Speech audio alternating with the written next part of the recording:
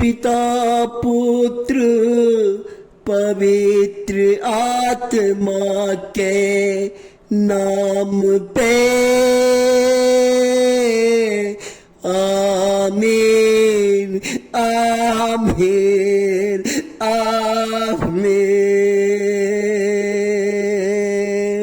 ओ पवित्र आत्मा आजा आजा मेरे शुभ के प्रार्थना में आजा आजा आजा आजा प्रभु आजा प्रभु आजा प्रभु। आपका बच्चा पिता परमेश्वर, आपका भक्त प्रभु जी आज सुबह के प्रार्थना में आमंत्रित कर रहा है, आमंत्रित कर रहा है प्रभु जी। मेरे लोग बैठे हुए हैं परमेश्वर, मेरे लोग बैठे हुए इंतजार कर रहे हैं परमेश्वर। आपको देखना चाहते हैं, आपको देखना चाहते हैं, आपका आवाज सुनना चाहते हैं, आपका आवाज सुनना चाहते हैं, आपका वचन ध्यान से सुनना चाहते हैं परमेश्वर। परमेश्वर परमेश्वर हमारे पापों को मत देखिए, हमारे लोगों के पापों पर नजर मत डालिए परमेश्वर, लेकिन परमेश्वर एक बार आज सुबह में आइए प्रभु, आइए परमेश्वर। अगर आप नहीं आएंगे परमेश्वर, मेरे प्रार्थना का क्या होगा? मेरे लोग जो बैठे हुए वो क्या पाएंगे परमेश्वर?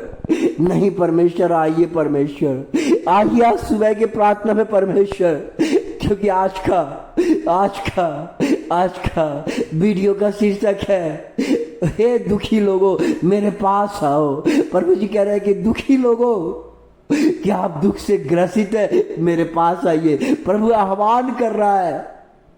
हम ऐसे व्यक्ति को चाहते हैं जो दुख से, जो संकट, जो मुसीबत झेल रहे हैं, आज आह्वान कर रहे हैं कि मेरे पास आओ, मेरे पास आओ। प्रभु जी, हाँ प्रभु जी, आज बहुत लोग हैं परमेश्वर जो आपसे छुटकारा पाना चाहते हैं। इस संसार में छुटकारा कौन देगा? व्यक्ति कहाँ जाएगा छुटकारा पाने के लिए? किसका दरवाजा खटखटाएगा? कोई है ही नहीं परमेश्वर, कोई संसार में है ही नहीं परमेश्वर। कौन दरवाजा खोल करके उसे कहेगा, हे दुखी लोगों मेरे पास आओ। प्रभु अपने आंख को खोल, प्रभु अपने हाथ का आशीष को अब रोकना परमेश्वर, रोकना परमेश्वर। मेरा बच्चा, मेरे लोग पिता परमेश्वर इंतजार कर रहे हैं, इंतजार कर रहे हैं, क्योंकि आपका वचन कहता है, आपका वचन कहता है, हे सब परिश्रम करने वालों और बोझ से दबे लोगों मेरे पास आओ, मैं तुम्हें विश्राम दूंगा। हे सब परिश्रम करने वालों और बोझ से दबे लोगों, बोझ का मतलब ये नहीं, बोझ का मतलब आप कष्ट और तकलीफ से जूझ रहे हैं। प्रभु कहते हैं मेरे पास आओ। यह अध्याय संत मत्ती 11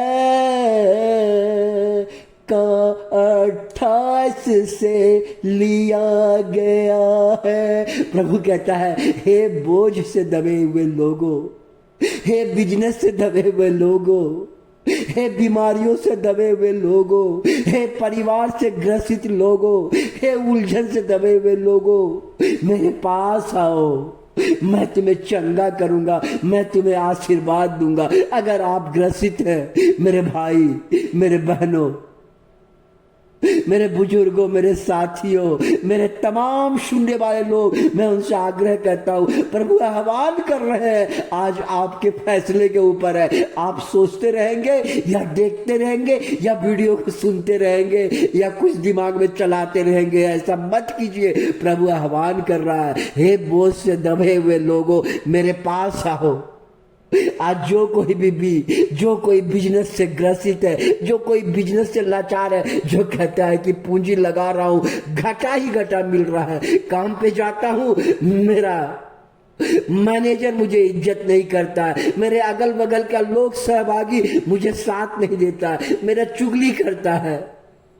परमेश्वर कहता है, ऐसे लोग मेरे पास आओ। जो बीमारी, जो डॉक्टर के पास जाता है, कहता है कि डॉक्टर के पास जाते जाते थक गया हूं।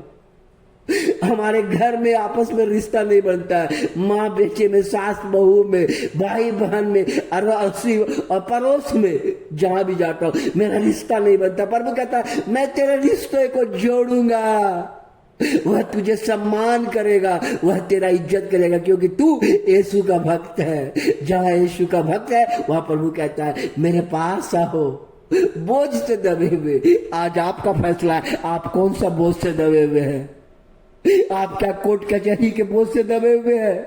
क्या आप परीक्षा के बोझ से दबे हुए हैं? क्या आप एग्जाम परीक्षा पास करना चाहते हैं? क्या आप अपना बिजनेस ठीक करना चाहते हैं? आप क्या चाहते हैं, ये आपके ऊपर है। अपने मन में सोचिए और कहिए, प्रभु मेरे बोझ को हल्का कर, मेरा बोझ को हल्का कर। आज के संसार में कोई बोझ को हल्का करने वाला नहीं है, बोझ बढ़ाता है। जब हम समाज में जाते हैं, अपने रिश्तेदार में, सब जगह देखते हैं हमारा बोझ बढ़ता है, लेकिन कम करने वाला कोई नहीं है। मेरे दोस्तों, आनंद मनाइए, मेरे दोस्तों खुशी मनाइए कि आपका परमेश्वर आपको कहता है कि मैं तेरे बोझ को हल्का करूंगा। अपनी सारी चिंता, अपनी सारी चिंता उसी पर डाल दो, क्योंकि वह तुम्हारा ध्यान रखता है। फर्स्ट पीटर 5:7 इस प्रकार कहता है, अपनी चिंता, अपना दिमाग मत लगाइए। हे मेरे बोझ से दबे हुए लोगों, अपना दिमाग मत लगाइए। आज मनुष्य अगर फैल है तो अपने दिमाग के वजह से फैल है। आज मनुष्य अपना दिमाग लगाता है कि मैं ऐसा करूंगा तो ऐसा हो जाएगा, बिजनेस में दिमाग लगाता है, रिश्तेदार में बिजनेस दिमाग लगाता है, और जहां कहीं भी अपना दिमाग लगाता है। प्रभु आह्वान करता है कि अपना दिमाग लगाना छोड़ दीजिए, अपना दिमाग लगाना छोड़ दीजिए कि मैं ऐसा करूंगा तो ऐसा हो जाएगा। नहीं, आह्वान यह क्लियर बोल रहा है कि अपनी सारी चिंता, आज अपने चिंता को सोचिए कि आपका चिंता क्या है।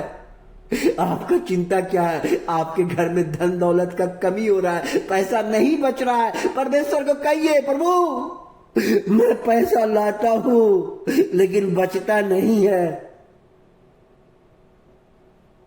प्रभु मैं अनाज लाता हूं लेकिन सबको नहीं समाता है, सब नहीं होता है।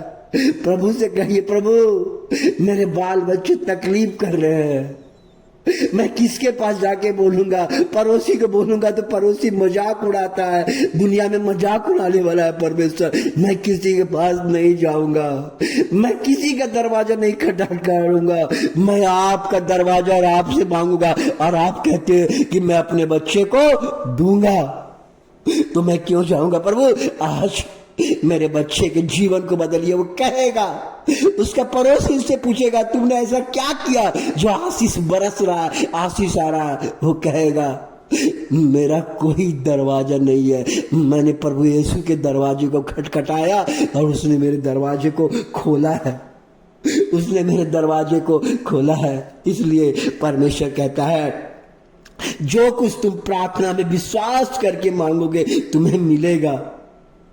मत्ती अध्याय 21 का 22 में लिखा हुआ है, जो कुछ भी तुम प्रार्थना में विश्वास से मांगोगे वो तुम्हें मिलेगा। और आज आनंद मनाइए, परमेश्वर आपके बोझ को हल्का कर दिया है।